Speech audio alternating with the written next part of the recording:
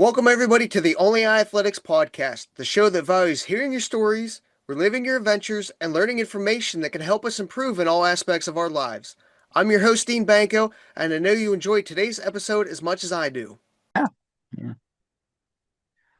All right, today I have Alec Cline Yeah. on the show today. He was a recent Eastern States finisher, and he's won, oh, geez, looking at his results, probably a dozen 100 milers at this point, and then a couple dozen other races. So I wanted to get his perspective of Eastern States and some of the other races, and maybe compare how those went and what he's learned from some of those other races. So first off, congratulations on your Eastern States finishes and the races that you've smoked so far this year alone. And I've seen what's Thank on you. your schedule, and it's just amazing. I appreciate that. Thank you. So I guess we'll just dive right in with the most important question: is what got you into running or trail running to begin with? I think running in general, I just decided to do it with my cousin. And um, I always like to say I was forced to run in the Marine Corps. And then when I got out, 2 days after I got out, I moved in with him and we decided to give it a try. And I don't really know what prompted it. Um, Funny, he came down to visit me one time when I was in the Marine Corps and we ran 13 miles, a half marathon, and we would get to 8, and I'm like, Corey, I am done. Like I was barely walking, and he's like, all right, well, you can go back to the hotel, and I'm gonna finish up 10 at least. And I'm like, well, man, I was hoping you'd quit too. And so I went to 10 with him. And then I was done. And then he's like, all right, I'm just gonna finish out the half marathon. And then, I did the same. And it it was like an experience that him and I did together that I still really loved for how hard it was. And then when I got out of the Marine Corps, probably 6 months later, and I think that just kind of stuck with us. And we started giving it a try. It was like the heat of July of 2018, one of the hottest summers here in Ohio in decades. And we wrote stuff out on a piece of paper and just like, hey, how can we do this the next week? Can we increase here? And we had like 4 Mile Fridays where we have this loop around our neighborhood that's 4 miles uninterrupted. And we would try to be faster every Friday. And just like the allure of having fun. And, we didn't put any data to it or anything other than like writing it out. And I just think that was the basis of where I believe running is now for me is just having fun and joining up with people. I like to run with as many people as I can now. And then with the trail running, it wasn't for probably a year or two later. My uncle Kevin runs all the time, and I would join him on 5Ks here and there. Well, he told me, let's go down to Mohican State Park. I heard there's like a loop down there, and he didn't know there was any race that down there or anything. And so we went down one day on a weekend, and we ran slash hiked the 24-mile mountain bike loop, and we were destroyed. And he never really went that far either. Like he's like 5K, 10K, half marathon guy. And we were beat up, and it was just such a fun experience. I never ran on trails before, and I'm like, this is really cool. This is like an adventure, and it's hard. There's so much varying terrain. And so then like, a couple months later, I asked him if he wanted to go down again, and he was actually working that weekend. And I went down by myself, and I did it, and I didn't bring water or anything. It was just like a 24-mile run, and I was destroyed. And I got back to my car. I remember my legs shaking. I was so fatigued. And this woman had gotten out of her car when I was getting back into mine, and she's like, "Do you know where the short loop is?" And I said, "Listen, I've only been out. That was my third time down there. I said I've only been down here 3 times, and I only know this one big trail." She's like, "Really? And then did you just do it?" And I said, "Yeah, I ran it." And she's like, how fast you do it? And I said, I did it in like 4.5 to 5 hours. She's like, wow, you should do the 50 miler. And I'm like, 50 miles, man. I mean, I feel like that's everybody's first thought when they hear an ultra. And I'm like, I don't know. And I was like, well, thanks. And I went home that night and that's all I could think of. I'm like, oh, I want to check this out.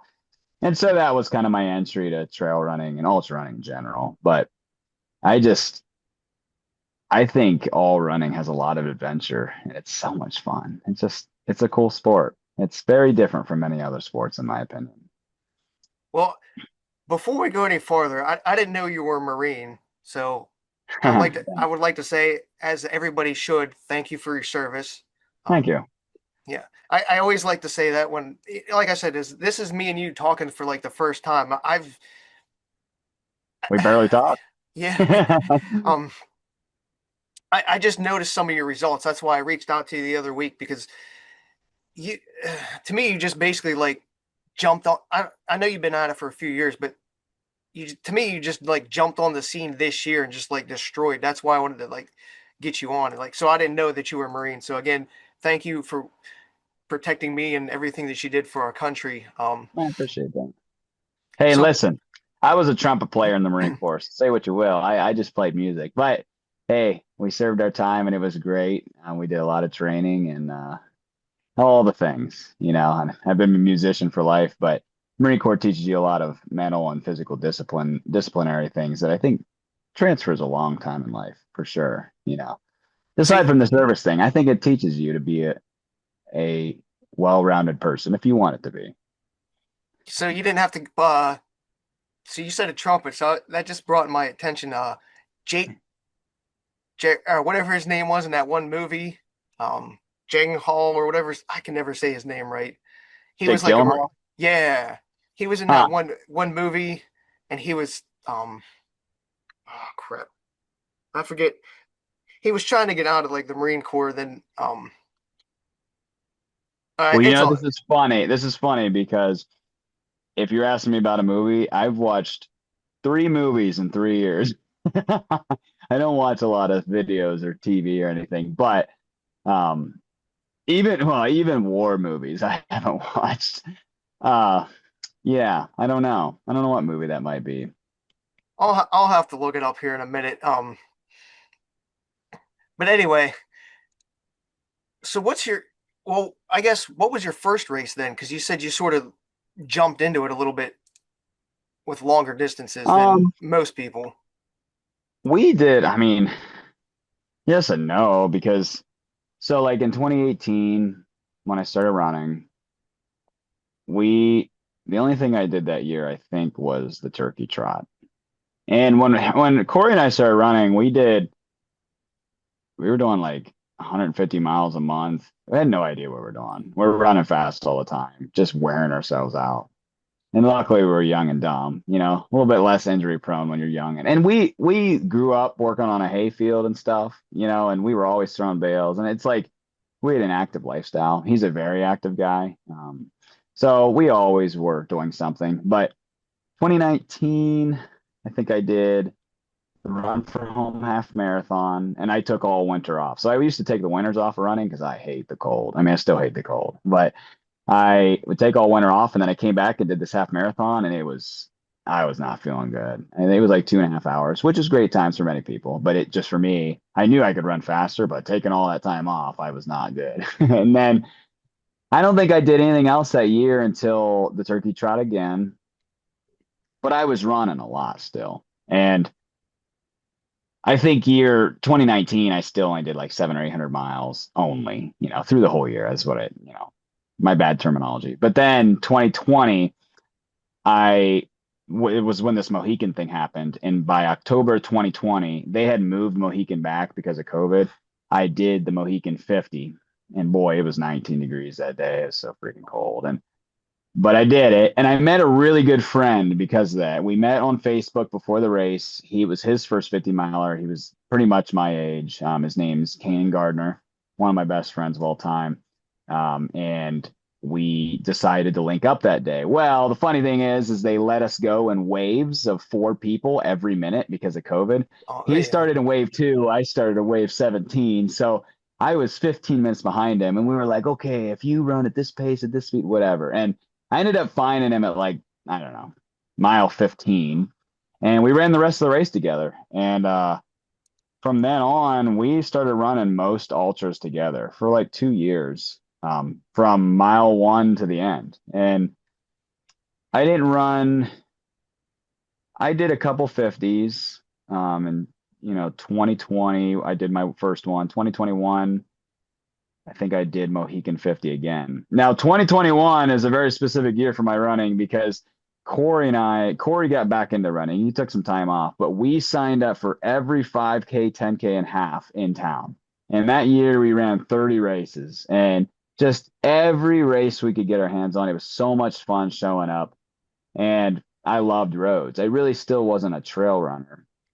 And then in 2022, I really started pursuing like I want to do more trails. And I still did a lot of roads, but as 2022 into 2023, I started doing more trails. I failed Mohican 100 in 2022, so I dropped to the 50. That result doesn't exist because they don't allow drop downs, even though they told me I could. So it's not even a DNF. It just doesn't exist. And then 23 is what changed it all because Kanan and I decided to sign up for Georgia Death Race. And that race really changed us. I mean, that's a hard freaking course and through the mountains. And that point I always say is the pinnacle change of my trail running, because I felt like it was a real ultra, and that doesn't like discredit any other ultras, but there when we got to the Paga pickup, it seemed like there was like celebrity runners there and stuff, and that was so freaking cool. It was like watching one of those YouTube videos, and I was pumped, And when we finished that, our sense of achievement was insane, and we felt like the world, could be achieved, and 4 months later, I completed my first 100, and things started taking off. I started taking fitness more seriously, and yeah. Not to It overextend that answer. it definitely seems like in that 2022 range because I got ultrasound up right now. Like your jump, I don't want to say your fitness level, but it definitely shows that from 2022 to 2023, like your results and your times just exponentially just like dropped, and then the stuff that you were doing just became more insane. I guess is the best way to say it. Keep having more fun. I never, ever thought I could be competitive in in any race for that matter, but especially ultras. And I had won some local 5Ks, and sometimes there's not that many people, but a win's a win. And I just, I have never really stressed myself out about training plans. And not a lot of people necessarily train that way. I would just each day just go run something just for fun and then sign up for events just for the hell of it and figure it out later. And I think that nonchalantness has helped me perform better because I like the sport instead of trying to treat it like a job. And a lot of people like the sport and maybe they aren't necessarily fast, not to discredit anybody. But I also think sometimes we're afraid to run fast, and it's okay. It hurts, but It does. It does it hurt. does. But and something I've learned is sometimes the body does work better when you're running a little bit faster. And if you're trying to really hike it out for these long events, you ever just wonder what would happen if you're like, I'm just going to try to run the whole time for a 50? If you crash and burn at 20, learn from it. But what would just happen if there's no risks? And really, there isn't a lot of risk. The risk is you bonk, and that's not a big deal. It's okay.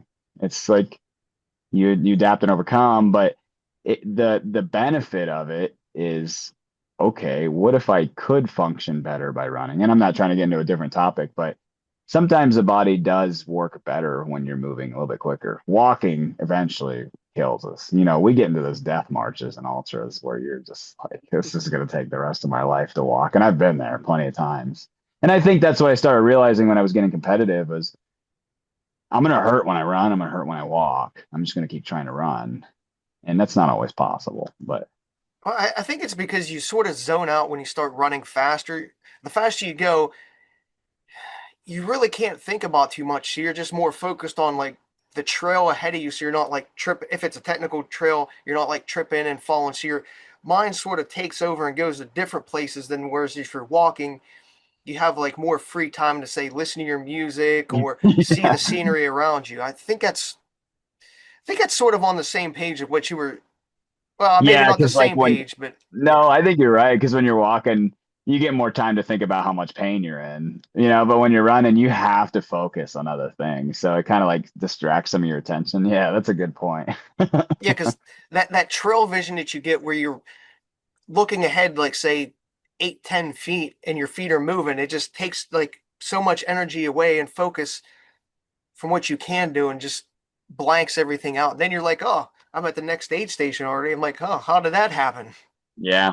Yeah, I totally agree.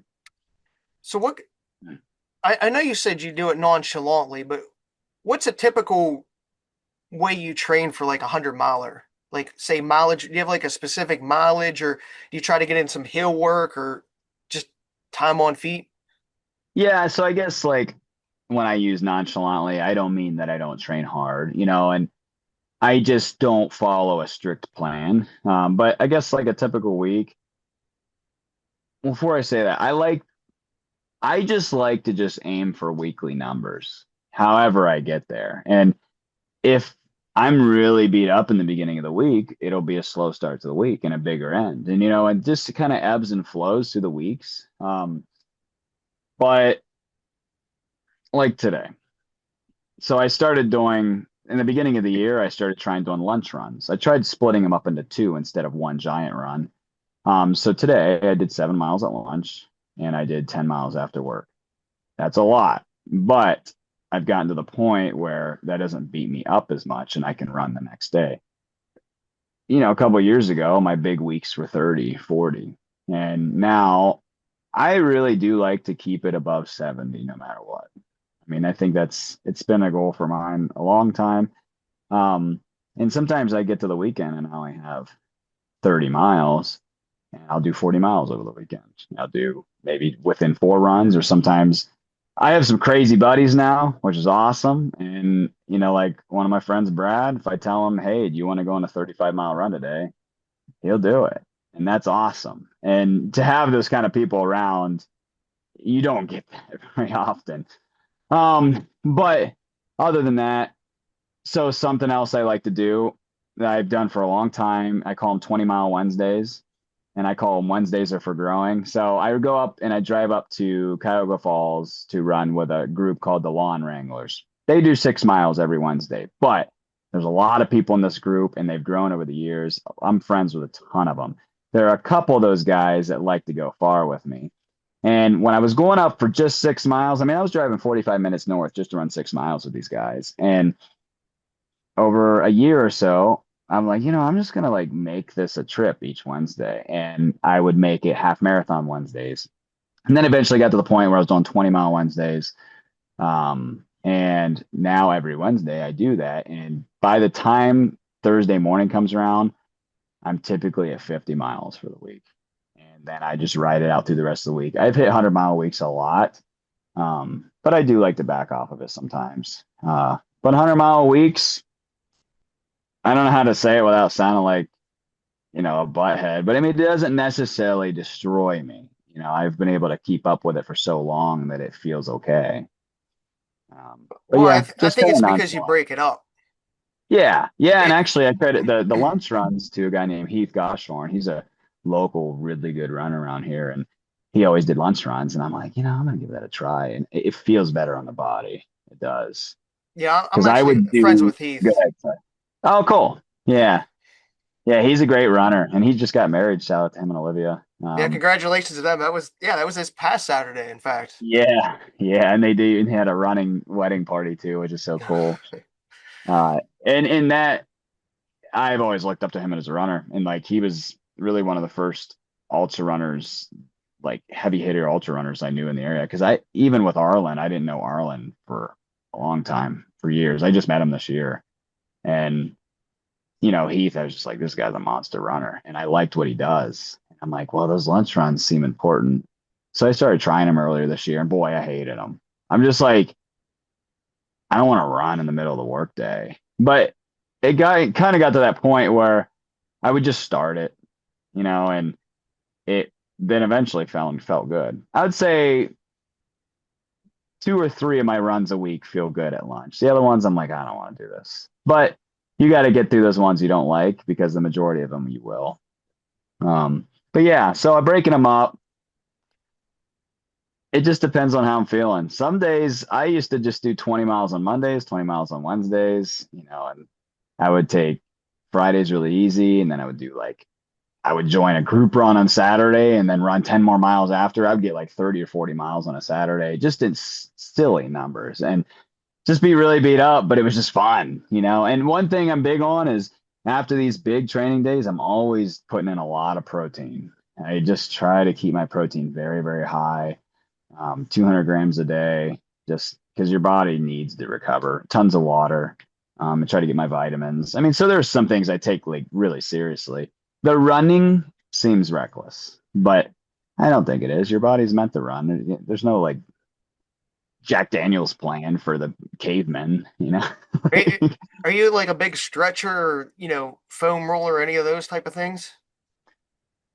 So I would say no, but I like sometimes I'll get in the mood and I will stretch for like an hour, and then there will be like a week I don't do any of it. Now, do I think that's smart? No. I think I need to do it more. And in the past couple months, I will give myself some credit. I feel like I've been better because I go to the sauna a lot. I like the sauna at the YMCA, the dry sauna, and I will stretch in there. And I like to just, I don't have any like guided stretches I do. I just in my mind try to open something up that seems like I don't have a lot of flexibility in, which maybe that's what everybody does. But if I can't open my hips, I'm going to try to work my hips until I feel like I can open them. If I can't straighten my legs when I touch my toes, I need to work on that.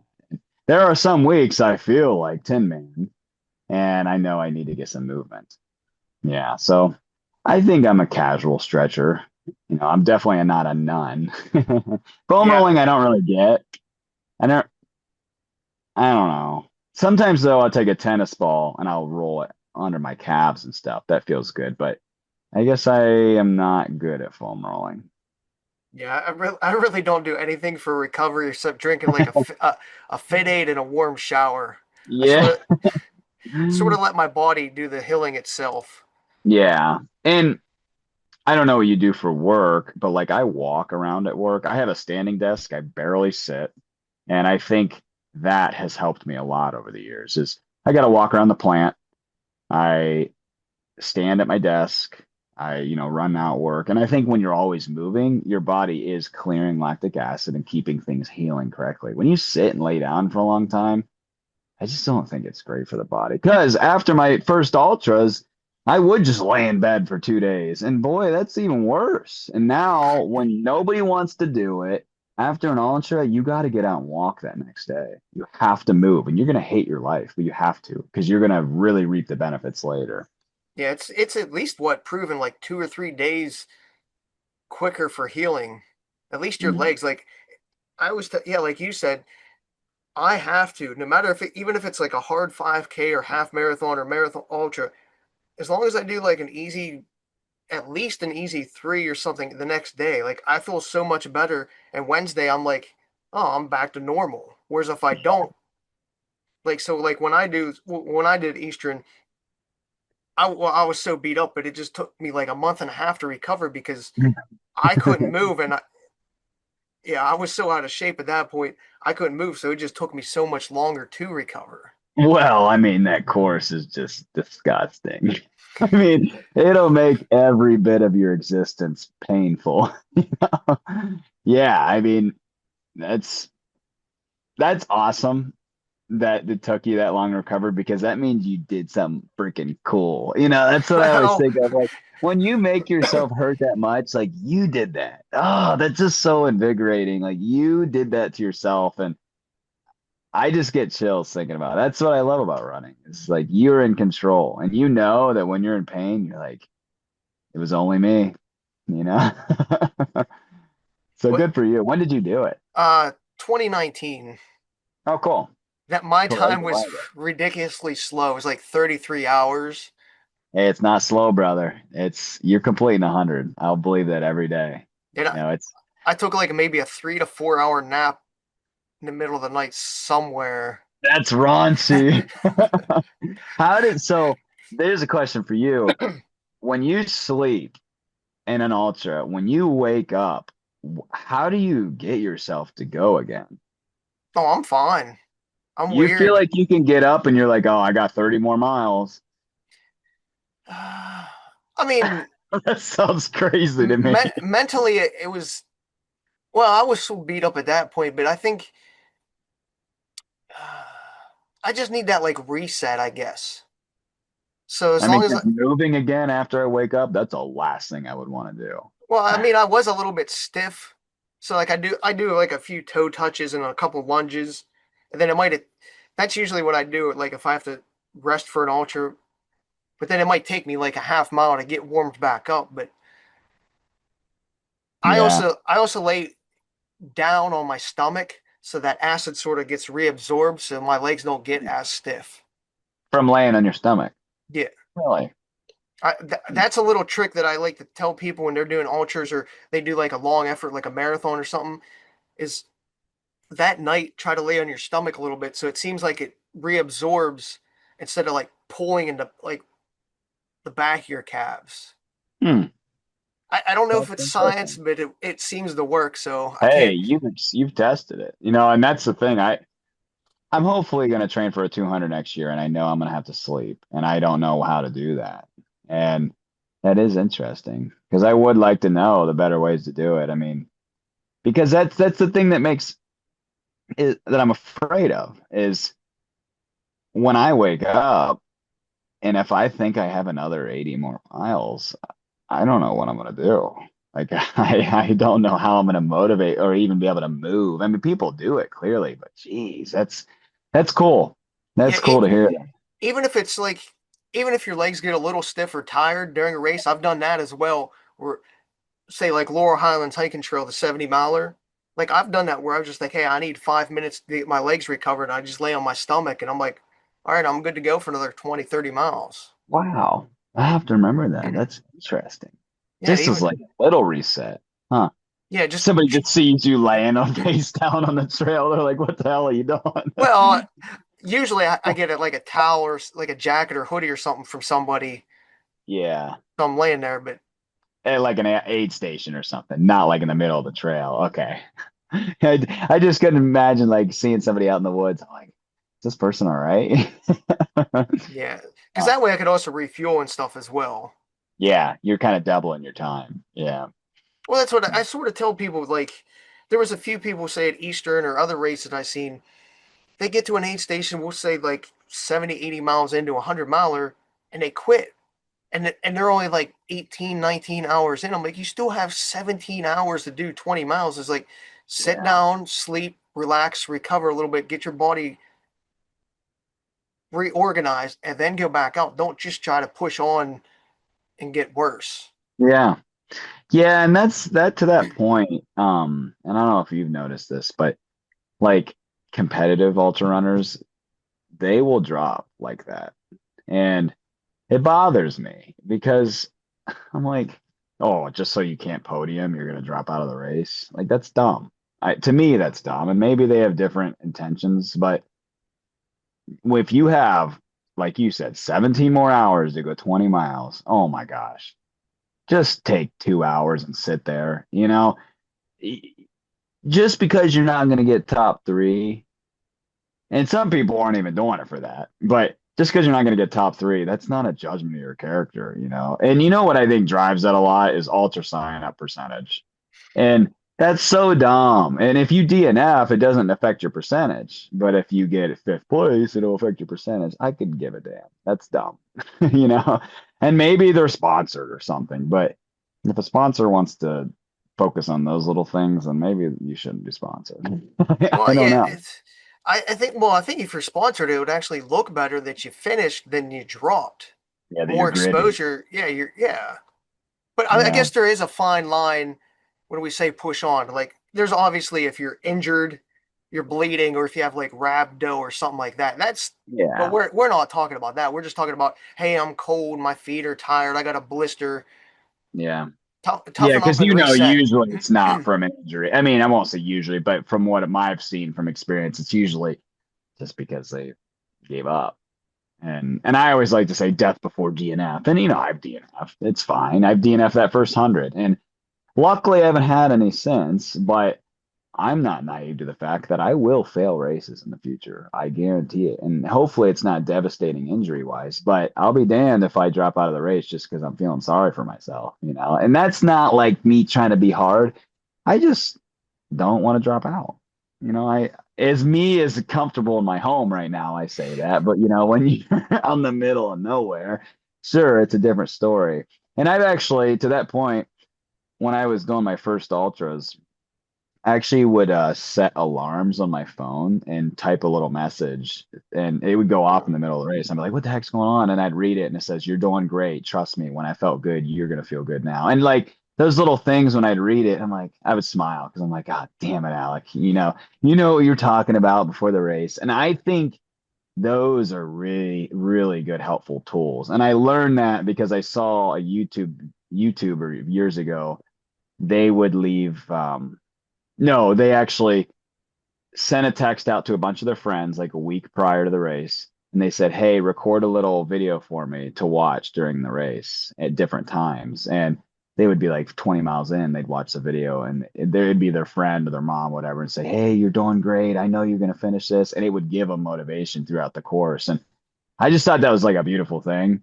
And so the leaving self messages, I think, is smart too. Yeah, so it might have been. I think it was maybe like a West Platte or something that did that. Because I remember there was one recently that I watched that had Cameron Haynes left a message, like a voicemail to somebody, like what you're saying is like a 2 minute video clip.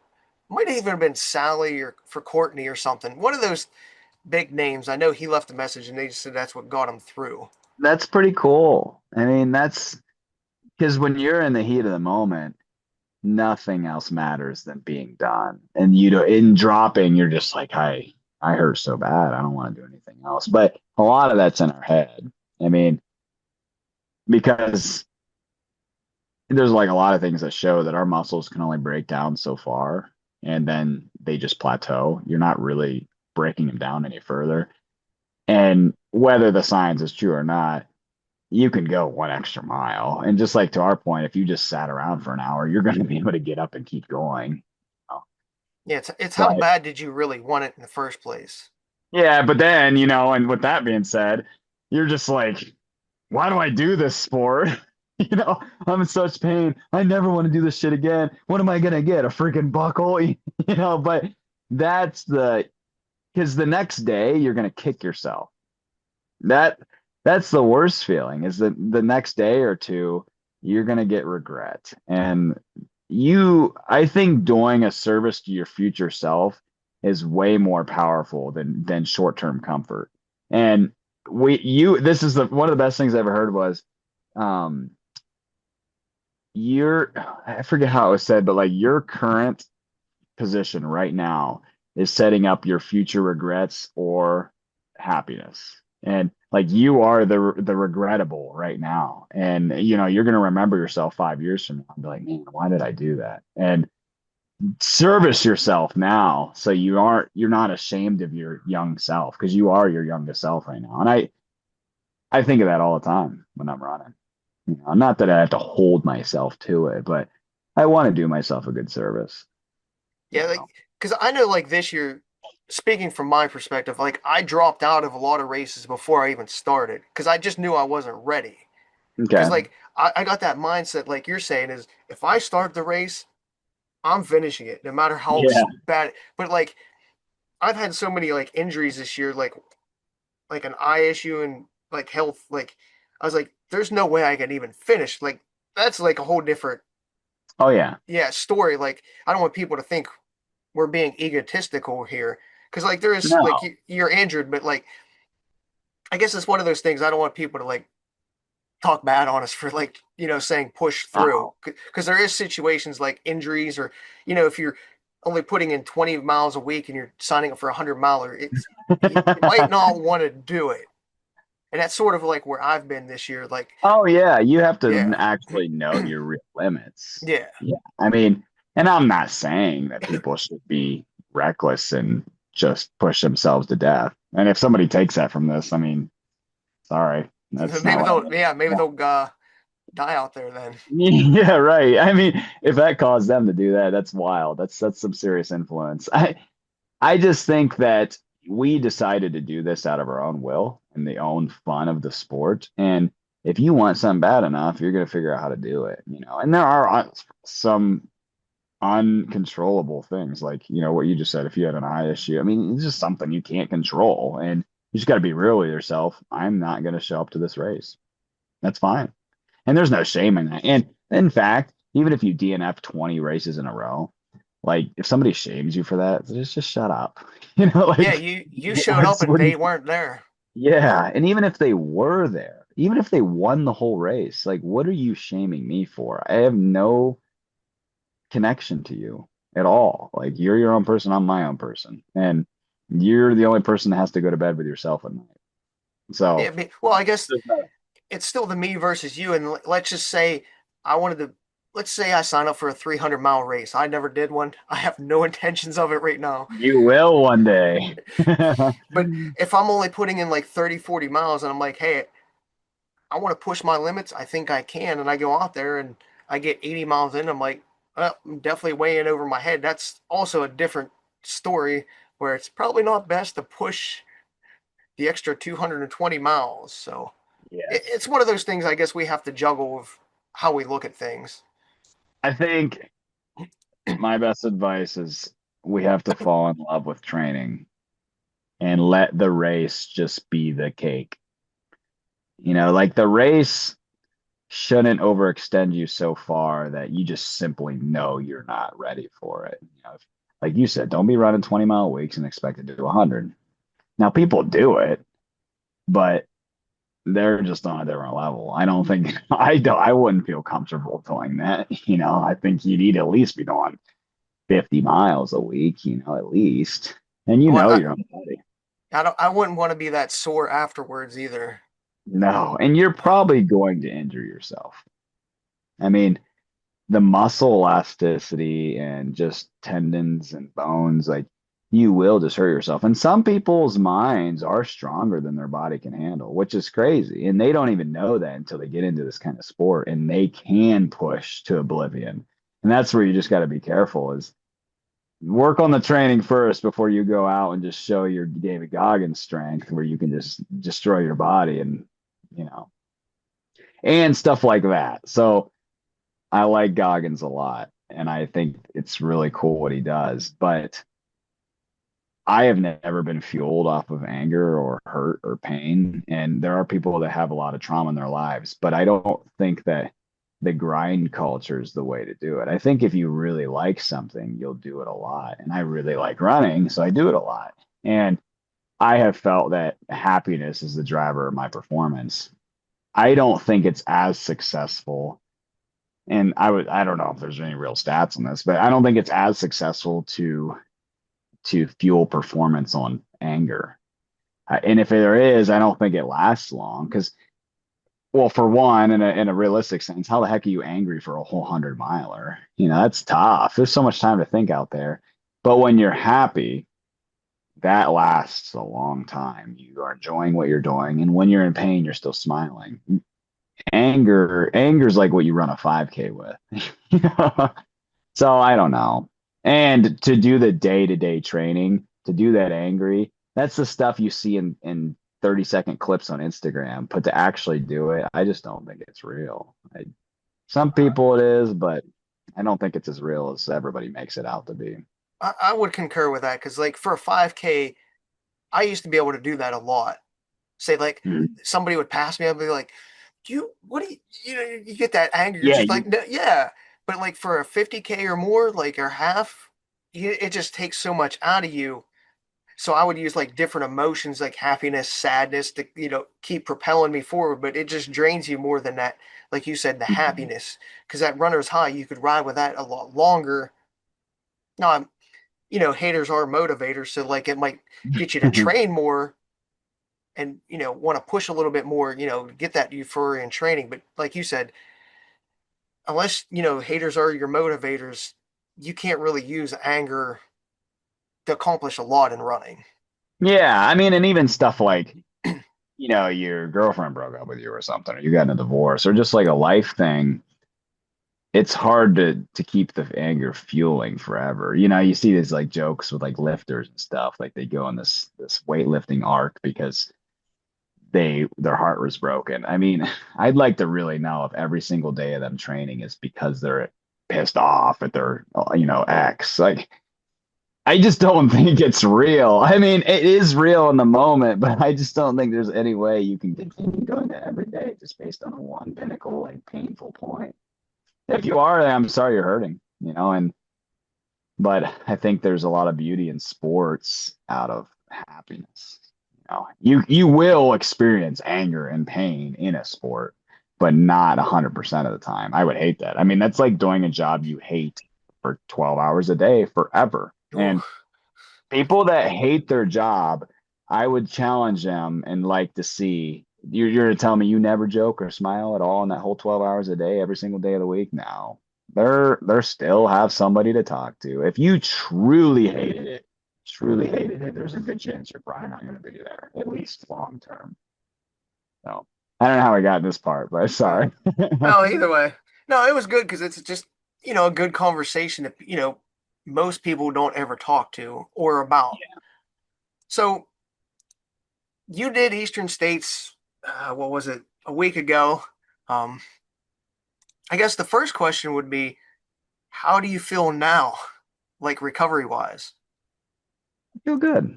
Yeah, I feel good. The Sunday after, I was terrible.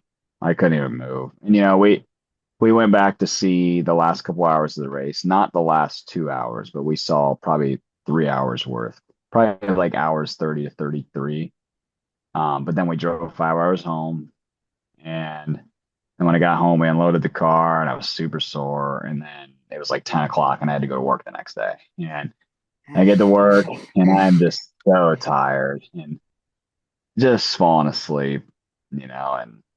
But Monday, got out of work, ran 10 miles, and I was pretty rickety. My body was like Tin Man, not moving very well. And I'm glad I did that. I showed up with my two buddies, and they didn't think I was going to show up. I didn't even tell them I was. And we ran 10 miles on the towpath, which is a flat path here. And are you from Ohio? Pennsylvania, like an Okay. No, hour and so a you, half east of Pittsburgh. okay. Yeah.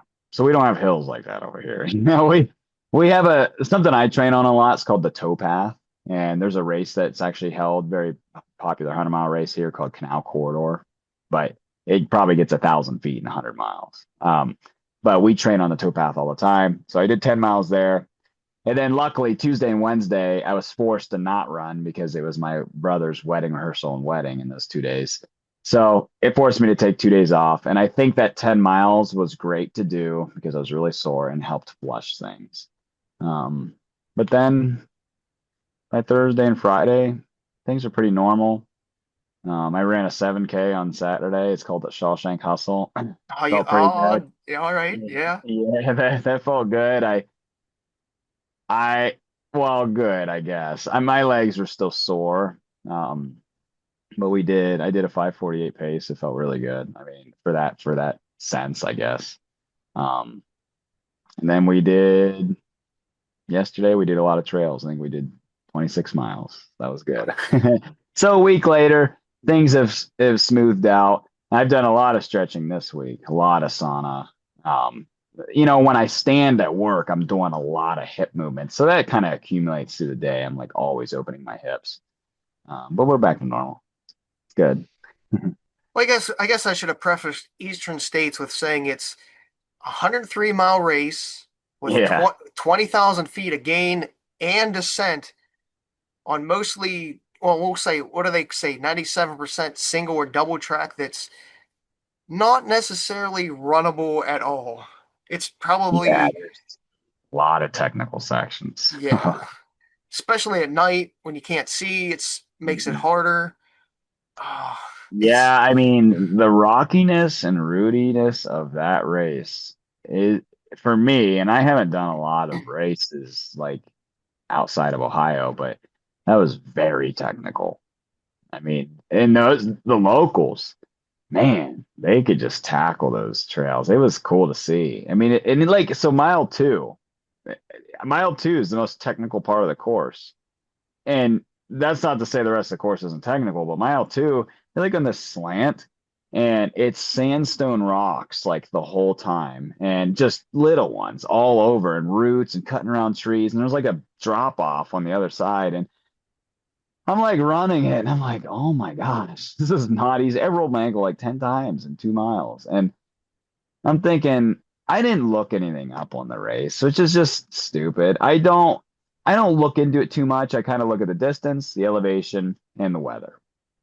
And I didn't know how technical it was. And it was very technical. And I had heard that it wasn't going to be muddy this year because it was dry. So I knew that. And I still wore trail shoes, thankfully. I normally wear road shoes on trail races, and this was a trail shoe race. And um yeah, that that's a crazy course. And when I got to mile 17, which is the crew spot, the first time crew sees us, I got to my crew and I was like, guys, that was a terrible 17 miles. I mean, the hills were insane. And I said, this is like 5 times harder than Georgia Death Race because that's like all I've had it to base it on. Because Georgia Death Race has a crazy amount of elevation too. You get 15,072 miles. So it's similar. I mean, it's pretty similar to the average per mile, but the technicality for Eastern's way harder. Yeah. Luckily, the start was like 55 degrees though. It was really nice. Yeah, I think the only thing in PA that's comparable would be World's End, like mile Oh per yeah, mile. I've heard that's pretty rough. Yeah, it to me that's like the only thing in PA that's comparable, but it's But so there's hard to like, compare. is it? I mean, Heiner seems pretty difficult. Black Canyon seems pretty difficult. I've heard. Um, I would Oil. say Heiner's pretty runnable. You could pretty much run all of Heiner. If you have some really good mountain legs, even the steep hill, you could run that. Really? Yeah. Hmm. Yeah. I'd like to go to Pennsylvania more. That was my first race in Pennsylvania. Yeah. Yeah, and Oil Creek sounds fun. I'd like to do that. Um, yeah, I'd like to get out there more because it's crazy trails. Yeah, Oil Creek should be a lot more runnable as well because I've ran a couple smaller races up there, but they use like part of the same course, and I've like it's a what a I think it's well the ones yeah 17,000 feet of elevation. Yeah, but I heard it's not as technical like you're saying. yeah they do like a 13 miler Oil Creek stacked race that I do like every year, um, and I could Hmm. me personally I could run the whole course myself. So like with your ability, Damn right, baby. yeah, like you would have no problem running it. Like I mean it's not. There's some parts that I did like walk up a hill because there's nobody around me, but How dare you walk? yeah. You're allowed to walk, brother. Don't feel ashamed from somebody seeing you walking. That's a part of the strategy, man. I tell you what, so to that point was those first couple hills, I was like in fifth place early on, and I got passed by like 20 people. And I'm like, okay, this is not the race for me. Because I trained some hills, but nowhere near what they did. And I just didn't think it was going to be a competitive day. I actually treated the race like a non-competitive race because I was like, I just want to do this for fun. My A goal was Burning River 2 weeks prior, and I just thought this one would be a cool challenge. And these guys were flying past me. And I would take breaks and hold on to a tree, and I'd just stand there and breathing. And my calves were locked up. We were all halfway up that freaking first climb. It was like a 1,200-foot climb. And I get to the top, and I'm like, I swear, if the whole race is like this, I am going to use all 36 hours. I remember thinking that so much. But the downhills, and there is a good bit of flat in the middle, which makes it runnable. There's like that 11-mile snowmobile route. They say it's like a grass meadow section, and Yeah. very runnable. I mean, and in fact, one of the guys had told me, he asked me if I'd done the race before, and I told him no. And he said, just word of advice, don't run yourself too hard on these because you will burn your legs out. And I was like, oh, that's good to know. And he was right. It was very flat. I mean, just slightly rolling hills, but it was so runnable and pretty too. There's actually cell service there, which is nowhere else on the whole course. And I called my wife. She was just about to fall asleep. Yeah. That's one of the downfalls. There's like no service, so you can't really see where people were at. So I'm thinking maybe in another year or two they get Starlink up there so we can get some more live results. You know what though? I liked it. It was cool being disconnected. I didn't listen to any music the whole day. I just I didn't talk to anybody other than the other runners. It was cool being disconnected. Because normally I have my Garmin live tracker on, so my crew can see me the whole time. And sure, it helps them, but they had to do some learning too to, link up with me. And I make them an Excel sheet and I give them like 6 or 7 columns that when I show up to this aid station, if I'm at this time of the day, I'm on track for this pace and they can expect me at the next one. So there's like some things I make it easy for them, but they had to do a lot of work for Eastern. They are a star crew. Definitely. I Yeah, had 4 people out helping me. if you get lost up there, you're screwed. Yeah, yeah. And here's a good tip too for if you're ever out of service, Google Maps, I use Apple, right? But Google Maps, you can save a radius on your phone. And so if you want to save a 500-mile radius, it might take up a gig on your phone, but when you do that, you can use your GPS anywhere in that. And it's easy. You don't have to have service at all. So we've used that before and it works great. Yeah, I've never done anything like that or looked into it. I just know, was it last year or the year before when I went up to help at an aid station? I was trying to get the different, or no, that was the year I tried to find my buddy. My buddy was in the middle of the course, and I'm like, how the hell do I get here without GPS? Because I didn't know where he was at the time, like on the course until I found out. And I was like, oh crap, I didn't know how to get there. And Uh, Ben at the race director, Ben, he's trying to tell me to take this road, and I'm like, I don't know. So without GPS, you're sort of yeah. up the creek. Get that map quest out. So you said you went pretty much like nonchalantly in, or not nonchalantly, but maybe your expectations weren't as high for this race as other races. So what was your strategy then overall? Um, I because I didn't think I could be competitive, and I had said that for 2 weeks, like leading up to the race, and maybe I like stressed it too much, but I just didn't think I could be. Well, I wanted something I wanted to work on for a while is being calmer at transitions. And what I mean by that is like I'll rush a lot. When I get to aid stations, I push through them, I fly through them. And I was like, wow, this would be a good opportunity to just like take 2 or 3 minutes, laugh with the volunteers, fill my waters, just calm myself down. And that's what I did. And I actually, on top of that, I was running with people too for the first like 30 miles. And that made it fun because when I'm racing, it's really fun, but it gets so lonely, especially as you get fitter and you are able to be competitive, you get so far ahead that, let's say you're in fifth through first place, you might not see anybody the whole day. And that gets boring. And when I was in this race, I was probably top 30, but we were just hanging out, joking. I had a really good time. And when I'm with people, the miles go by a little bit nicer, even though they were hard sections. So, man, I got to talk to people like through maybe mile 34. Yeah. Yeah. Cause then we did that flat section, which I was pretty alone during that. And that took us to Heiner. So, anyway, I think I just stayed calm and I had a fuel plan. I always go in with a fuel plan. I want to hit 100 grams an hour at least. And I'm pretty good at hitting it now. My stomach doesn't get upset or anything. And I picked up my first pacer at 43. Shout out to Courtney Clark. And that was at Heiner. And we did 19 miles. So that was nice. Got to talk to her for a while. And by that point, when we got to, I think it's called Tomb Flats at 62, that was a big river crossing. Um, Yeah, yeah, so we got there and I had overtaken fifth at that point. I had finally been told. And actually, when I was coming into Heiner, I was told I was in seventh. I'm like, no freaking way. Like, how?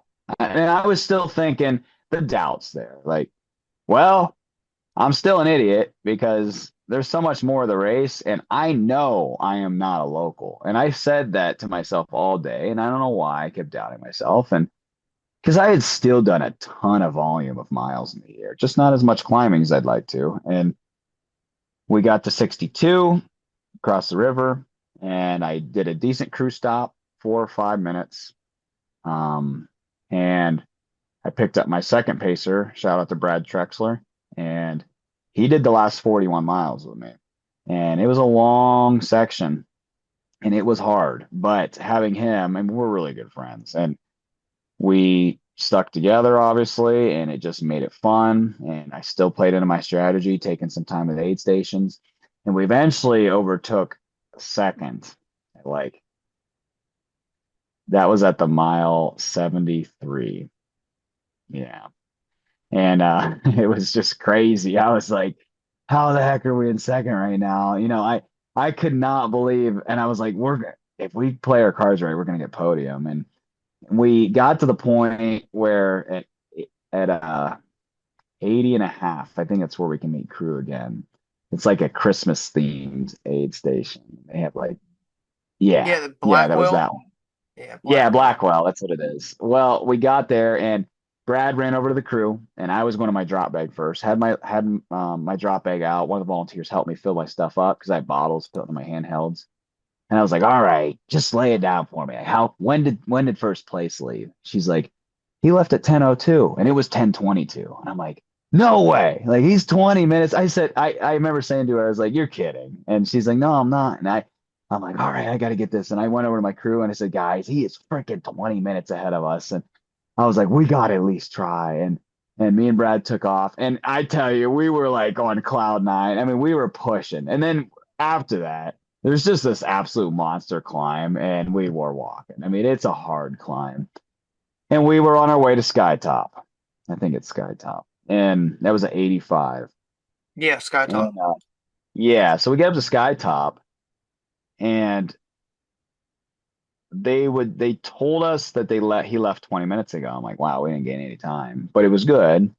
We were still holding time. And later we would find out after the race, we actually were only 13 minutes behind him, which I don't know if that would have helped then, but the 20 minutes kind of like killed me a little bit because I'm like, man, we didn't gain anything. So we left Skytop and I was pretty beat up and we were just jogging it out. And there was just this time I was going through a really low spot and Brad would just keep talking to me and I wasn't talking back much. I was just hurting. And we just carried on. And by the time we got to the 99 aid station, because we went through that next crew, he was still 20 minutes ahead. We got to the next crew, and then we got to the 99 aid station, and they said, I think he still was 20 minutes. Yeah. And from that point, I knew I couldn't catch him. I mean, it was 3.8 miles to the end. And he ended up beating me by 46 minutes. So he kicked it in gear hard, and we were lacking because that last 4 miles is extremely technical downhill. It's not very runnable. Well, at the very end of the race, a half mile before the end, third place comes up right behind us. And we were walking like down that steep hill. And the only reason I knew is because Brad, my pacer, was right behind me. And we've been walking and talking for a while. And he's like, Alec, you gotta go. I was like, what do you mean? He's like, dude, you gotta go. I said, why? He's like, he's right behind us. And I turn and see his headlamp. And I just start sprinting, like immediately start sprinting. And I am scared for my life. And this was a technical hill still, and I'm flying down this hill. And then we get up onto the road, and Brad stepped aside for him, which was cool. So he just let him go because he wasn't going to try to run with me. And that guy was chasing me. And well, I get up on the road and I take a right, and I don't even know where the heck I'm going. And I get into the parking lot, and I see that the flags actually cut through the field. And I'm just seeing red at this point. I'm running as hard as possible. And it's dark. And I see the finish line, and I am sprinting to finish that race out. And I ended up beating him, I think, only by 20 seconds, but that was a thrill. And when he came through finally, I'm like, dude, that was awesome.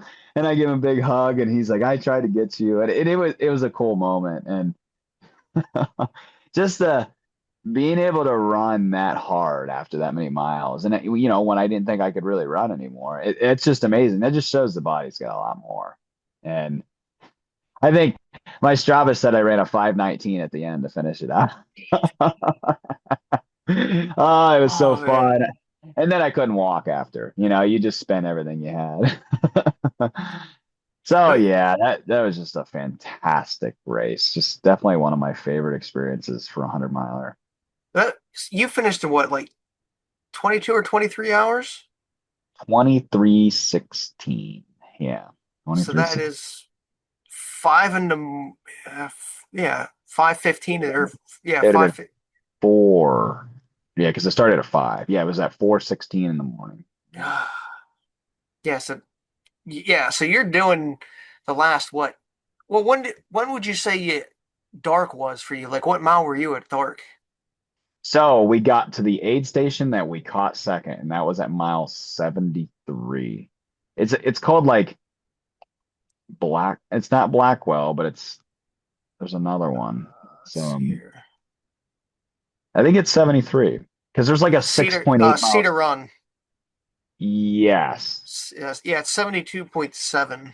Yeah, because then you head to the next cruise spot. So yes, it was 72. And so when we got there, we were still in third. We had no idea where second was. And we get there, and my routine was I hand the volunteers my handhelds, and I say, "Can you fill these up both with water?" And I go use the porta potty, and I'm in the porta potty for a bit, and I hear all these bells going off, and I'm like, "Son of a bitch, fourth place is catching up to us." And I pull up my pants real quick. I get out of the stall, and Brad's like waiting there for me, and I was like, "Oh my gosh, we gotta go." And he's like, "You know who that is, right?" I was like, "No." And he's like, "Second was sitting here for 20 minutes." And I'm like, "Really?" And apparently his stomach was blowing up. And so we see him taking off. And I drink my whole bottle of water and I fill it up again. And uh I'm like, we gotta go. And we start going after him. And it was dark right there. And the reason I know is because when we were getting to that aid station, it said 30 minutes to dark and we had 3 more miles. I'm like, if we hold under 10-minute miles, it's gonna be dark right when we hit the aid station. And it was just about. And when we started chasing him, he was cruising up those hills, and I'm like, he's being hunted, and he knows that it's game now. And what was really cool about that guy was we finally caught up to him like after about a mile, and his headlamp disappeared, and we're like, at least for me, I didn't see him. And then we come over this crest, he's waiting there for us, and I was like, yeah, right. And he's like, there's a rattlesnake. And I was like, oh, okay. And he's like, just be careful. And he waited for us. I mean, that was so cool. And he wanted to show us where it was, and he waited for us to pass. And it almost got us because I couldn't see it when he was pointing it out. And I passed by it. And then Brad was behind me, and the thing was slithering towards him. And it was pissed. It was shaking its rattle and everything. And we got past it. And, I shook his hand. I said, dude, thank you so much. That was really cool. And he was not feeling good. He said the downhills were really bothering his stomach, and the uphills were fine. He said his legs were good, which that got in my head a lot because I'm like, well, if his legs are good, as soon as his stomach starts feeling better, he's crushing me because my legs weren't feeling good. But I don't know. He didn't end up. He wasn't third. I never even got his name. Who knows? Yeah, I don't know where he finished. I'd have to look at the results. I know that was I think Gabe Badorf was He third was, overall. Yeah, I, and then Michael Busada was first. Yeah. I like Gabe. I ran with well, not with him, but in the same In his race as him a presence. few times. So the cool thing about Gabe, and he could attest to this too. So before we got to Tomb Flats, there's a long downhill section, and I came up to him, and he was in fifth, and he was walking, just walking slow, and he wasn't feeling good. And I come up to him, and I gave him some tough love, and I was like, "What's up, dude?" And he's like, "I'm dropping," or he said, "I'm done." I was like, "What do you mean you're done?" He's like, "I just didn't have the training for this." And I was like, the F word. I was like, heck, you didn't. And I was like, it doesn't even freaking matter at this point, man. I said, do not drop. Like it pissed me off because I was like, don't freaking drop. I said, you're 62 miles into a race and you got to believe in yourself. And I said, you get to this aid station and you eat like 200 grams of carbs. I said, I don't care if your stomach hurts, sit there for 20 minutes. Just eat these carbs and start walking again. And I talked to him for probably 2 minutes and he thanked me, but I could tell he was just beat the hell up. And I went ahead. And then sure enough, this freaking dude comes back for third place. And that made me so happy he didn't drop. And what's crazy, and I don't know if he uploads everything to Strava, but when I looked at his Strava, yeah, he was only running like 10 or 20 miles a week. So that's insane. He did third place, to our point earlier. Yeah, And I don't know if he's a that's all he's beast. great. Yeah, he is. And he's like 40 or something. And he crushed that. Like, it was so cool that it was him. That was like, and me and Brad had joked about it for a while. I was like, watch, it's probably that guy that I talked up earlier. He's gonna come back and take our souls. And he was. It was him. Yeah, so that was cool. Yeah, if I go out east, like towards Philly, I'll run into him. Like if I do anything big out there, he stays on that side, so I'm kind of thankful Oh, for that. But he's a really stand up guy. I can't say anything bad about him because he yeah. The times that I've met with him and or at the same race, he's always a stand up guy. So I'm oh, glad he seemed so yeah. nice. Yeah, I mean, it was really cool. It was nice giving him a hug, and he seemed really nice. And his kids were there at a lot of the aid stations, and Now yeah. I do have a rattlesnake story for you. Okay. So that last like 2-3 miles, I don't know if you know, there's a rattlesnake den. Um, Yeah, and they told us about that. And I tell you, we were on edge for miles and we never saw it. There was no rattlesnakes. And I was, Brad and I were tiptoeing, especially around the big boulders, because that's where we thought it would be. I'm like, dude, the amount of stress we had in the last 2 miles was not needed. I thought it was a joke. I thought it that's was a not a joke joke. eventually because I figured it was just a newbie like initiation thing. Why? What's your story? I got to hear about this.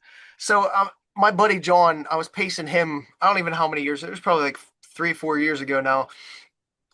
We see these two guys up in front of us with that last couple of miles. They're like, "Hold up, snake" or whatever. So we stopped because they did the same thing that guy did for you. Like they stopped and made sure the next runner knew, and that was sort of like the protocol at the time. So we are watching. There's actually two rattlesnakes mating on the Oh, side of the truck, cool. and it was just I have a video somewhere. It's really grainy from an old phone, but like the one was trying to like it was pulling the other one away, still connected. It was just one of the one of the coolest but weirdest things I've ever seen in the woods in my life. Well, because you mentioned that after Heiner Run, when I picked up Courtney, a mile in, there was two black rattlesnakes all coiled together mating. That was cool. I'd never seen anything like that in my life. And luckily they weren't attack mode because they were in getting it on mode. Yeah, it's definitely a weird area up there. Yeah, yeah. Did you see anything else like wildlife or have any other encounters? My crew saw porcupines. Um, when we got there, the packet pickup the day before, the eagles nest trailheads right there. So we saw a couple bald eagles. But when I was on the trail, I'd only seen three snakes. It was the two mating ones and then the one later I told you about. Yeah. We saw some deer. Actually, a mouse jumped on my leg. I forgot about that. So he was running across. I could see him, and it was at night. And he eventually jumped onto my leg, and I was like, "What the heck?" And it just ran away. And I was like, "Brad, a mouse just jumped on my leg." He's like, "You're hallucinating." I swear, I'm not. Other than that, lots of millipedes. Like those little long millipedes. Yeah, nothing other than crazy. One thing was running in the ferns and it was short enough to be under the ferns. It was probably like 3 foot high, and we didn't know what it was, and it was moving quick. It made us a little nervous, so we kind of stopped, but we never saw what it was. It could have been just who knows. Well, there was a rabid fox up there. There's two of them that week before. Oh, geez, Yeah, that wouldn't have they got been. one of them, but I'm not sure exactly where it was. But I saw it on the Eastern States Facebook page. They got one, but the one was still out there somewhere. Oh my gosh, not a good day to get rabies, that's for sure. Let me see what else. I guess what drew you to the race to begin with? So, uh, a local runner here, a friend of mine named Carol Youngblood, she had signed up for the race last year. This is so random. She signed up for the race. I saw it on Facebook and I messaged her and asked her about it. And I think I signed up like that day. It was just last October. I just thought it sounded fun. I I had heard the name. Everybody knows what Western States is at this point, but I'd heard Eastern States. I was just like, oh, this just sounds cool. And I don't know. I knew some other runners that have done it. Um, I got a friend named Rich Angel. He had showed up to last year when it got canceled. Brian Pape and Rick Homan, they've both run it, both incredible runners. Brian's placed like top five, top 10 and 200s out west. And then Rick Holman's ran like 5,600 milers. He actually just did it again this Saturday or this past weekend or whatever. So I knew some local guys that have done it and it just seemed cool. Like I said, I don't look into the course enough. And that's not like something I'm proud of. I don't know. I just kind of go on a whim and it's not much that I can train for other than the vert. I mean, you can't really work on the technicality. Maybe I'm pour some Yeah. Legos on my treadmill or something, but it's not easy, you know? If you Yeah. do that, please take a video. I'll go viral with that. So Yeah. just a couple little like tidbits I wanted to ask you about. How did you feel the course marking was to some of the other courses that you've done? I think it was marked really well. There's only like a couple little like iffy sections in the 90 mile or yeah, I think it was on the way to Skytop. And the only reason is because one, it was at night, and two, it literally wasn't a trail. You were just running in the middle of the woods, and it was like a pine needle section or something. And we would get to a pink flag, and you couldn't even see the next pink flag. I mean, but that's just like little stuff. Actually, I even said afterwards, like I was impressed at how well it was marked. Honestly, this race was so well done out of a lot of the hundreds or any ultras I've done. I mean, it is like really, really well supported. Aid stations are solid. The markings are great. I mean, the photography is crazy. I am amazed all that stuff's free. It is like they hired pro teams to go out there, and they probably are pro, but like I love that aspect. The after, thing's cool. There's, because I've finished hundreds in top three, and you get to the end and it's just like, good job, but Yeah, see you later. in this, yeah, I mean, and that's no shame to them, but in this one, the director's there and he's there to, congratulate you. And there's like, people cheering and stuff, and there wasn't a ton of people there, but it felt like a big ending. So I'm very impressed with the race, and I'm not even just saying that because we're talking about it. I just think it was an awesome race. I have a lot of good things, and the course is just beautiful. And another really cool thing, and that actually did drive me to the race, was that it was one loop. That's so cool. You don't get that very often. Usually it's out and backs or multiple loops and this was like, wow, you get to see new stuff the whole time. That's freaking cool. Yeah, That's like to me what really an ultra is because you are actually making progress, especially point to points. That's insane. But a big loop, that's pretty cool.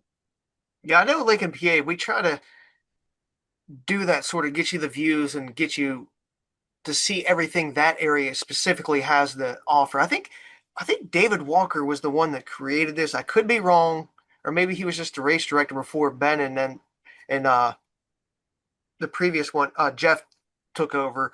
Um, but like they set it up, and when they do races, they set it up so like we'll just say like Ben and Ironstone, like he has it set up so the majority of the runners are going to be seeing this one view right at dusk. So like you get the sunset. So like RPA people, I like to brag. Um, Oh no, you should. I like mean, heck yeah. we really do a good job when we try to set up an actual course that we want people to experience. Like, granted, you're going to have some that are in it for the money and they really don't care. But I would say the good trail community, like the Roxylvania trail community, they put such an effort into their races. It's second to none, I would say, in the world. I will say that. Hey, you should brag about your state, dude. And aid Heck yeah. stations. Yeah. I mean, the aid stations were great. That was fun. They had some bomb ass French toast sticks at the very last one. That was so good. Yeah, I would like, well, I tell people, again, out of personal experience, I see PA aid stations are the best in the United States just because we love volunteering and doing what we're doing. Like, we're not, again, few and far in between, don't care. But I would say in PA, we emphasize we're there to have fun and enjoy, but we're there to specifically make sure the runner's having a good time and we're taking care of the runner. Where you don't see that. I've been to some other races and they're just like, oh, here's a water drop or here's some food, be on your Yeah, here's way. some goldfish crackers. Yeah. Yeah. Yeah, I would agree with that. Yeah. I mean, when you have volunteers that are runners, or that have been in the sport or just love for the sport. And who the heck volunteers for a race that doesn't like the sport? And I think they were all very welcoming. I didn't have any run-ins with anybody. I mean, and actually I've had some issues with other races in the past where people are just like lazy or rude. Not that I need to be attended to, but it's more of, you know, hey, I'm a participant. Like, you don't have to treat me poorly. Like I don't know. Yeah. Yeah, And I've been. like for the money you spend on Eastern States, what is it, like $300 to sign up? And it's so worth it. I mean, you get your money's worth for sure. Both physically and mentally. Oh yeah, physically for sure. And the Yeah, new my buckle's really cool. yeah, my buddy They does Brown Runs aid station, which is like 26. Oh, so that was great. That was like a big change in the race for me. And they were all having fun there. And I ate some pierogies there. That was one of my only solid foods I had all day was the pierogies. But when I got to 26, I felt a lot better. And I thought, I don't know why, we had like a long downhill section at that point, and then you run these pretty technical spots along this creek for a while, and there just things clicked. And I was actually like joking with some of the volunteers too, and they were hooting and hollering. They're all rowdy there, and I think that really pumped me up. Yeah, I remember that one a lot. Yeah, Yeah, that's that probe is I believe I good. believe it's I believe it's Brown's Run because there's like a road right there or something. Yeah, Yeah, yeah. There's a road to get to that. yeah, like you said, it's a long downhill, and then you pop out. Like I think you have to cross a creek too. No, that one. Well, there's a road next to it, but you don't run on the road. But Yeah, yes, you do have to cross a creek, I think. Hmm. it's either Brown's Run or I don't Well, think because it's. there's a section before that that's super runnable and it's flat, it's downhill for a long time, but it's gradual downhill, not a steep downhill. There was another one that's like gradual for a good bit, and you do cross a creek, and they actually have a lot of pictures from that one. I might be mixing stuff up in my head, but I know for sure the 26 aid station because I remember thinking it was a marathon. That one I felt good. Yeah. Hmm. They would have had a baby there.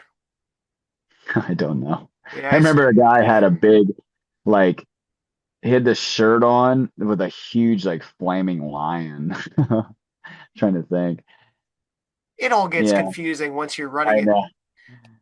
Um, There's so much to remember. I mean, you could probably write a book after running a 100 miler at Eastern States. Yeah, and any 100 miler for that matter. You go through a lifetime when you're running 100 miles. And I've said for a long time, I think every time you finish a 100 miler, your brain just tweaks a little bit. You just you rewire your brain just a hair because you have to. There's a lot of trauma that goes with that. And do you change shoes at all? Or gear? Because I noticed early on you just had like two handhelds. Now, did you keep with that throughout the race, or did you actually put a pack on or anything? Yeah, I stayed with the whole thing all race. Same thing. All right. I haven't changed shoes much in my life of racing. I mean, I think it was like two times ever. And one of them was just because I wore trail shoes in the beginning when it was muddy, and then when it dried up, I put my road shoes back on. But this one, I didn't change one bit of gear. The only thing I put on later was an ice bandana around my neck. I like keeping the same shoes on because look, I'm gonna get blisters, but I mean, unless it's like really damaging your foot, you're going to put another pair of shoes on and probably still have blisters and it's still going to burn. And you're going to face the risk of your foot swelling up when you take it out of your shoe and then you can't fit in your next shoe. Unless the shoe's really bothering you, I just stick in it. I wear the Topo Ultra Ventures. I love those shoes. And I like road shoes a lot more, but for trail shoes, they work pretty well. Um, yeah, yeah, I wore the same stuff, same handhelds. They're two 18-ounce handhelds. And I'm not a fan of packs unless I'm forced to use them, just because I just hate having stuff on my shoulders. Just feel hot and claustrophobic. Now, I've used them before, but like with a pack, if I can hold two 18-ounce handhelds in my hands, that's 36 ounces. With a pack, you're not really going to have that much more water capacity. You're just going to have more pockets to put a bunch of stuff. Sometimes Sometimes we overpack, and I did that a lot early on my ultra running, is I would take all this stuff with me, and then I end up not even using it. The aid station's already provided for you. And out east, from what I can tell, compared to out west, because I haven't done many out west races, I've done one, but we have it pretty good in the sense of we have aid stations frequently, whereas races out west, I've heard you could go 10 to 15 miles without an aid station, and that's tough. You have to really pack for it. With 5 to 6 miles, even if you're going 20-minute pace, it's not gonna be the longest time in the world. In eastern states, they have porta potties every single aid station. They're well stocked. They have everything. They have ice. I mean, there's not anything I can imagine you have to carry other than fuel and water. Yeah.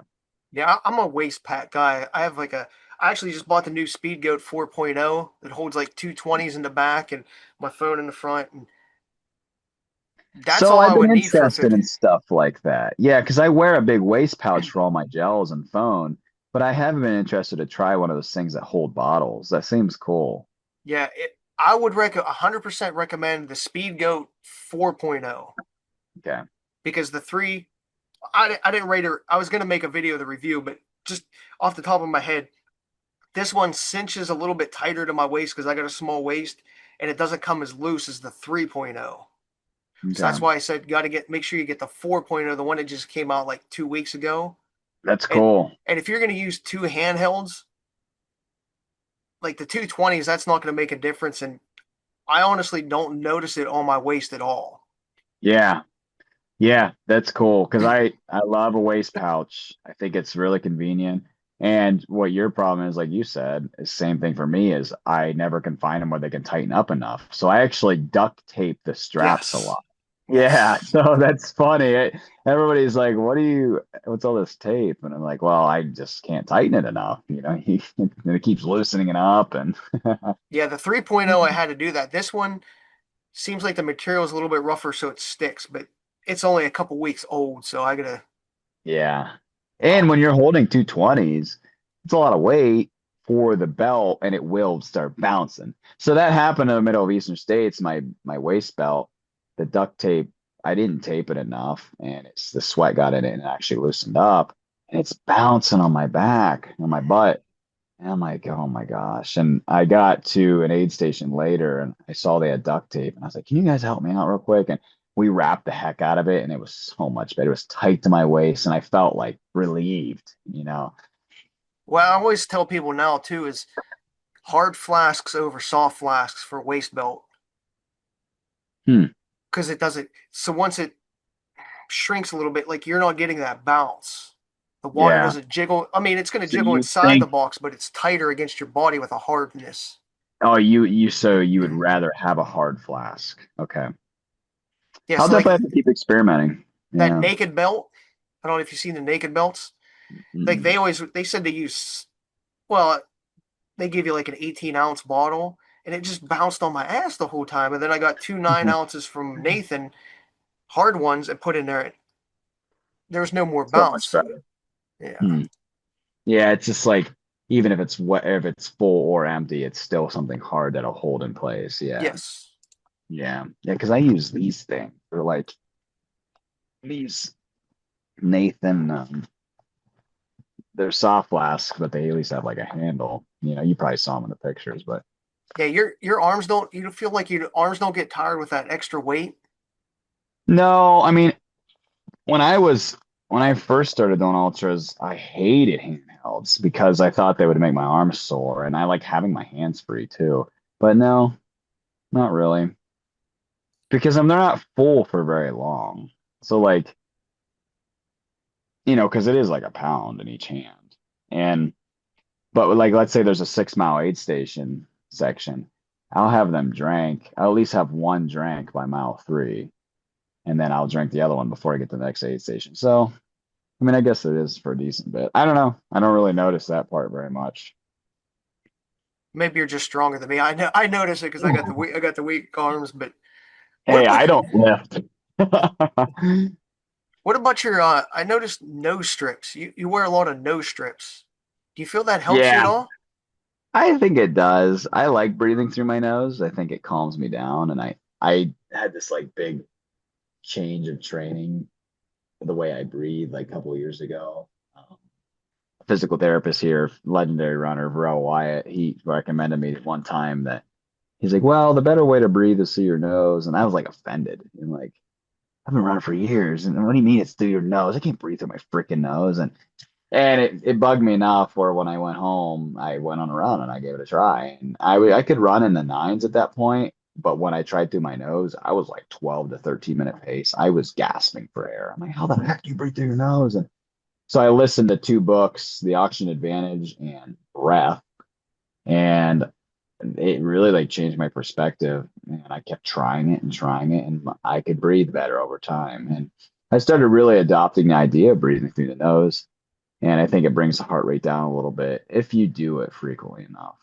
It's not to say it's bad to breathe through your mouth, but I think it's better for your oxygen consumption and your stress levels to breathe through your nose. So the reason I wear the nose strips is one of my nostrils shuts if I breathe too hard. And it's just something simple. So like when I wear the nose strips, it's really easy to breathe through the nose. And I like the way they feel. I kind of got them on a whim because my wife had bought something and it was something completely unrelated. And when it came in the mail, it came with a trial pack of these hostage tape nose strips. And I tried them and I'm like, oh, I love the way these feel. So I bought a year's supply. And this was like 2 years ago because I don't wear them every day. And I probably still have 100 of them. And I just wear them during races. It always looks silly, but I like them. Hey, if it works, it's not silly. Yeah, yeah. Well, I guess last question about Eastern States. Well, a two-parter. How was the night running and the atmosphere overall at Eastern States? How was night running, you said? Yeah, and the atmosphere overall at the race at Eastern States. Um, Night running was eerie because it's silent, and it was a full moon that night, which was cool. And we stopped at one point and we were just like, let's just listen. And it was just nothing. I mean, and that's freaking cool being out in the wilderness. I love running at night. I've done it for a long time. I am an afternoon runner, an evening runner. I don't run in the morning. And when it gets nighttime, it's so freaking cool. And I think I thrive in the night a little bit. I've done like 12-hour night runs, and this stuff just, I enjoy it. So I think I had a lot of fun when it was nighttime. Sure, it's freaking hard to see. And I did just buy a new headlamp at the expo the day before. It was the highest, the best Petzl that they have out right now, and it's like 120 bucks. And I was like, I don't know if I want to get this. And good thing I did because it was nice and bright. And I always put a waist lamp around, headlamp around my waist too, so I have two.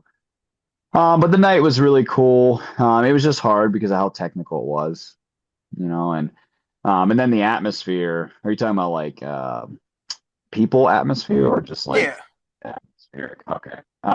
Atmosphere's great. Everybody was happy. Um, you know, anytime I was around a runner, it was like I just felt like we were in this really hard challenge together, but they were good spirits, and um, everybody was in a good mood as much as you could be, and it was really cool having my crew out there. So we got an Airbnb right over on Trout Run, I guess, and it was, my two pacers, Courtney Clark and Brad Trexler, and then, my best friend, Tommy Sharp. And I'll say one of my best friends. I don't have a single best friend. My only best friend's my wife, right? He's my Good brother. answer. Good answer. We've been brothers for a long time. Fantastic guy. He's stellar crew too. And um, he came out to crew me, and then obviously my wife was out there to crew me, and they both did a great job. Navigating and stuff too. So that was really cool to have all four of them out there, and I think we're going to go on more adventures together for sure. But yeah, and they actually had fun talking with the other crews and stuff, and navigating and getting to other aid stations, and they also went to go see stuff while they're out there too. So I'm glad that was fun for them. Yeah. Uh, well, not to talk about the speed goat again, but because Oh, that's fine. you said about the waist, like an extra headlamp around your waist. Mhm. What's cool about the speed goat is you could right now you could either clip it on or it's an interchangeable front that makes it a waist light too. Oh, it's like built in. Yeah, you could. Well, Wow. I think the four you can buy a clip for it. I know the three there was an interchangeable front that Wow. Ultraspire sells like 800 lumens. So that's what I do too. Like I paced one of my friends at Laurel Highlands a couple weeks ago, and I wore a headlamp and waist belt, so you get the two different shadows get like taken out. It makes a Yeah. huge. Yeah, you probably know, like the way the both lights hit completely different. Well, I'm glad you say that because nobody really ever talks about that. And that's why I started trying the waist belts because it casts a different shadow that you can Yes. see better. Yeah. And I never thought about that. I was like, Yeah. all right, just Then you wear a could. headlamp. Yeah, because the waist lamp obviously is going to stay in front, and then you can still turn your head and not lose. You might lose like a Yeah. half a second otherwise. What do you It's think just those people that put those lights on their shoes? I don't know There's about no the way that's yeah easy. You've seen what I'm talking about though, right? yes. There's no way that's efficient. Hey, the more light the better in like an eastern states atmosphere. Yeah. Yeah. So I Hmm. guess really the last two questions, because I know it's probably running late for both of us. Is there well the first question is there anything you're looking to improve on or looking forward to in the near future? Um, yeah, I mean, I just think I don't really know. I just like to continue to train and I'm signing up for yeah, I want to keep trying different races because I like repeat stuff here in Ohio because it's so convenient. Um but yeah, I'd like to keep trying different races. However, conflicting with that, I have a long-term goal that I want to try to take the 100-mile records in Ohio. So that'll be fun. Nice. Who knows if it'll ever happen, but there's 700s right now, which is a lot, and two of the hardest. So they were all owned by Arlen Glick at one point. I mean, he just swept the state and just left a legacy, and Mohican and Burning River will be the hardest for sure. However, Canal Corridor being a flat course, I don't know if you heard the name Caleb Bowen. So he came over here 2 or 3 years ago and ran a freaking 1240 on that course. So that's cruising. I do decently well at flats, so I would like to contest that here in a couple of years. Um, before my fitness takes a decline, who knows when that'll be. But as long as I keep having fun. So mixture between both. I want to keep traveling and I just have to get more PTO. I don't have a lot of PTO. That's the only, that's the that's what limits me. Or but money, money. or money, yeah. And no, Good. and that's like something that I've hoped for was not the money thing, but obviously, but it would be cool to pursue a sponsorship if anybody would ever want to. And I've tried not to let it stress me out, but it's just going to take a lot of work. And if that ever gave me the opportunity to be able to do more of this stuff, that would be so freaking cool. And that's my dream is to somehow or another have the ability to run more and race more and travel more. I think that's what everybody wants, but we're all stuck in the machine of working. And that's just how it works. We have to put in our time and um but then for working on things, I just want to keep training in the principles that I believe in and do some cross training too. I got into some biking earlier this year, not outside. I just get on the bike at the gym and just bike, just to work other things. But I do want to use that to my advantage and see if I can get faster and stronger and just keep ripping it out. Nice. Well, I think a sponsor is pretty much in your future sometime soon with like your resume now. Kind of shocked that Yeah, nobody has yet. I've gotten turned down a lot, but it's not like I'm anything special, and I truly mean that. Like, yeah, I've won races, but I sign up for a lot of races too, and that just saturates the percentage. And there's not a lot of attention on people out east. It's like an out west thing. So I'm actually trying to get into javelina right now, so that would be a fun thing to compete at. But really try not to stress myself out about it because I don't want, the nervousness of trying to get with a company to rule the fun I've always had.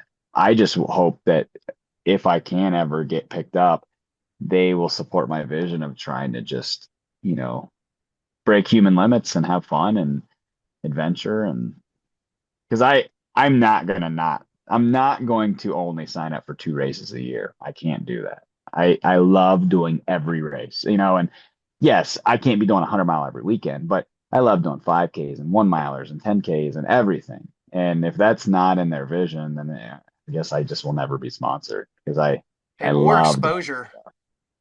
Yeah, you Like, would think that would be the benefit, right? Yeah. But anytime you ever like apply for any of these things, and maybe I just haven't seen the right routes, but anytime you ever apply, the first question is, how many Instagram followers do you have? Well, not that many. Hey, whatever. I mean, it's a marketing thing, and I totally understand that. If you own a business, you're it's got to be in it for both parties. all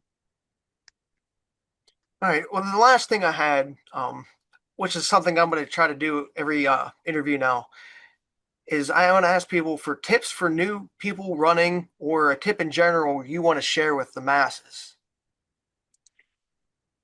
Um, Probably one of the most cliche things you've ever heard, but literally find your why, and it doesn't have to be the hardest, most beautiful thing ever. And you aren't going to find it before you start running. You will find it when you get out there every day or every other day and move. And your why will change over time too. But find a reason you like it. And I think that something that really helped me for a long time is, well, I would say two different things is running with other people and not running with music. And I know that sounds like maniacal, but don't run with anything. Like be in your own thoughts, look around, just think. Because through our whole day, we are in the car listening to music on the way to work. We're at work, either working on a machine, serving customers on a computer, and then we're on our way home listening to music or a podcast or whatever. And then we get home and we're playing on our phone. What I'm getting at is we never have a time to ourselves, ever. You don't think to ourselves. And then people wonder why you lay down at night and your brain's going. Well, when you go run, let that be your time to think to yourself. Give yourself back some thoughts. And I believe in that a lot. Now, I listen to music here and there when I run, but mostly I don't because there's a lot of fun in being in your own self. So I, and when you're first starting, a mile is going to be really hard, but just do it. And if you have to walk 3/4 of that mile, just get the mile done. And and don't constrict yourself to, you do 1 mile, and if you feel good, don't just say, all right, I'm done. If you want to go an extra tenth of a mile, go an extra tenth of a mile. You're not breaking any rules. There are no rules. There's no rules. So don't let the internet freak you out. You can do whatever the heck you want, So I don't know. That's a convoluted answer, right? Just have fun. It's not, we're not going to the Olympics. Maybe some of you are, but we're not going to the Olympics. Just have fun. Yeah, I'm not going. Hey, we're working there.